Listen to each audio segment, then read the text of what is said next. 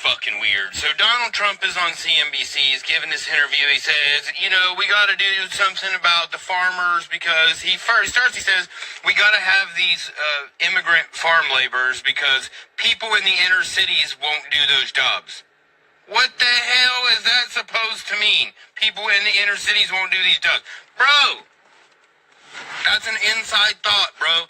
That is crazy. Then he goes on to say, oh, these are workers, they're like nobody else.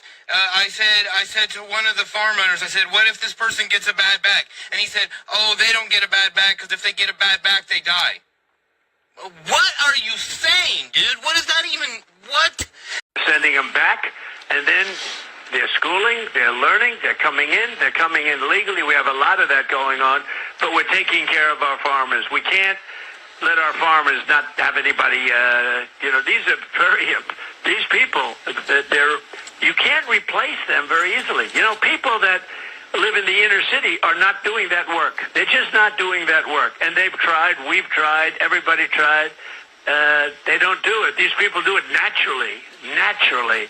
I said, what happens if they get it to a farmer the other day? What happens if they get a bad back? He said, they don't get a bad back, sir, because if they get a bad back, they die. I said, that's interesting, isn't it? Blatant, unfiltered racism. And I want to break this down line by line because it's not just offensive. It's dangerous. He said, we're sending them back. They're schooling. They're learning. Then they're coming in legally. Translation, if you're undocumented, you're disposable. He's saying immigrants have to be trained, disciplined, controlled. It's not policy talk. That's colonial language. That's racism. Then he goes on, we have to take care of our farmers. We can't let them not have anybody.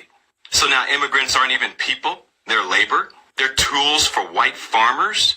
That's a plantation mindset, straight up. Then he says, people in the inner city aren't doing that work. They just don't do it. We've tried. Come on. We all know what inner city means when he says it. That's code for black folks. He's calling us lazy without saying the word. It's the same lie this country's been telling since slavery ended, that black people are unwilling to work. And I, for one, tell you that's a damn lie. Then, and this is where it goes pretty dark, he says, these people do it naturally.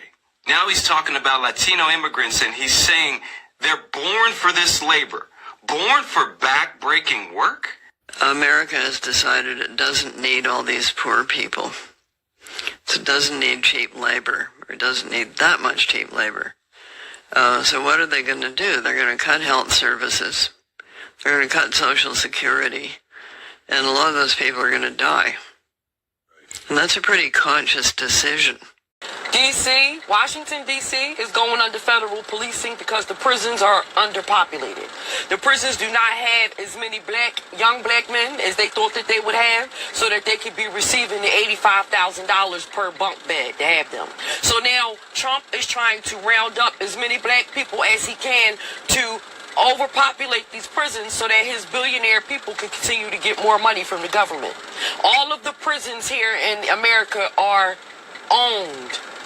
privately owned.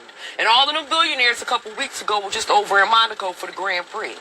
So they are not receiving the profits that they once were receiving when crime and all of that was at its all-time high back in the 90s and the early 2000s and whatnot.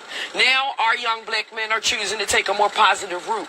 So he's doubling down on just racking us up to put them in prisons because they missing out on that $85K a person.